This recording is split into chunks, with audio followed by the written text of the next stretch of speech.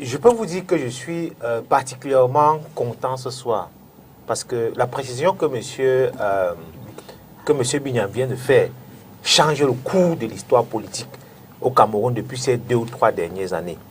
Monsieur Bignam, ce soir, s'est désolidarisé par rapport aux actes qu'a posé la base.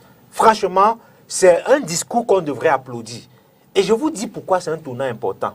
Parce que la tradition n'est pas au-dessus de l'État. Je veux dire que ce soit juridiquement ou que ce soit politiquement. Je veux dire, si aujourd'hui, on est en mesure de s'indigner parce que nos frères se sont attaqués à notre tradition, ça veut dire qu'on peut davantage et beaucoup plus encore s'indigner quand les gens se sont attaqués aux ambassades, ont cassé les effigies, ont pris la photo d'un individu, fut-il leader d'un parti politique, pour le mettre en lieu et place de celui d'un chef de l'État. Donc je veux dire que si aujourd'hui, on arrive déjà au MRC à avouer et à le savoir, ça veut dire qu'on peut aussi retourner en arrière et constater que ça a été un discours qui était mal placé à ce moment. Donc, la base ne fait pas un bon travail. Tout le monde doit le critiquer. Moi, je suis vraiment... je comprends un peu la position de M. Kouachou ce soir. Vous savez, il est partie prenante d'une organisation, d'un événement qui se passe au Quai Branly et il vit pratiquement avec la détente ou la gâchette de la base sur leur tête là-bas. Je comprends que, du coup, il faut un peu avoir un discours poli, policier à l'égard de la base. Mais il faut qu'on se dise la vérité. C'est quoi l'objectif de la base? La base n'a pas un objectif qui soit de façon à construire quelque chose. C'est des gens qui cassent tout, qui détruisent tout sur leur passage. La preuve, voilà qu'ils attaquent la tradition. Et maintenant, quand il dit qu'on ne doit pas limiter ça à un groupuscule ethnique ou tribal, machin, mais qu'est-ce qu'il raconte? Dans son propre discours, il dit que les gens de la base ont fait ce coup d'éclat. Parce qu'il fallait démontrer que...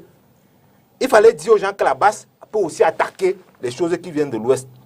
C'est ce que lui-même l'a dit, c'est ce que lui-même l'a laissé entendre. Que non, la base a dit que non, il faut qu'on manifeste à cet événement. Parce qu'il faut que les gens comprennent que la base n'est pas juste un mouvement tribal, c'est-à-dire qui ne s'attaque aux intérêts qui ne sont pas de l'Ouest. Donc c'est la raison pour laquelle ils ont fait ce coup d'éclat.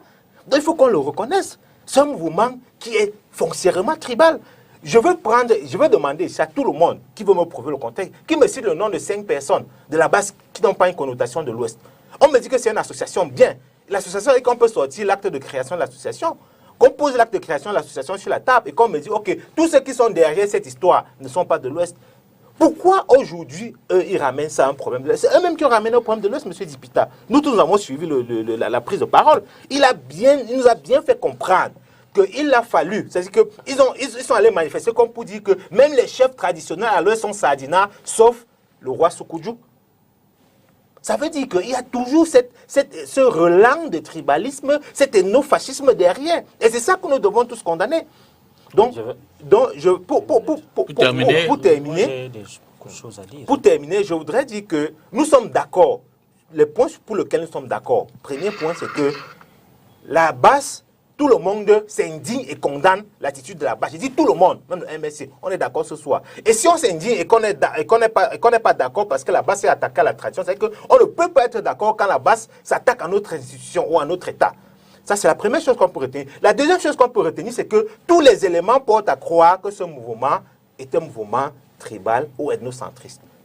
De par leur organisation et de par les objectifs qu'ils se donnent quand ils vont attaquer un certain nombre de mouvements.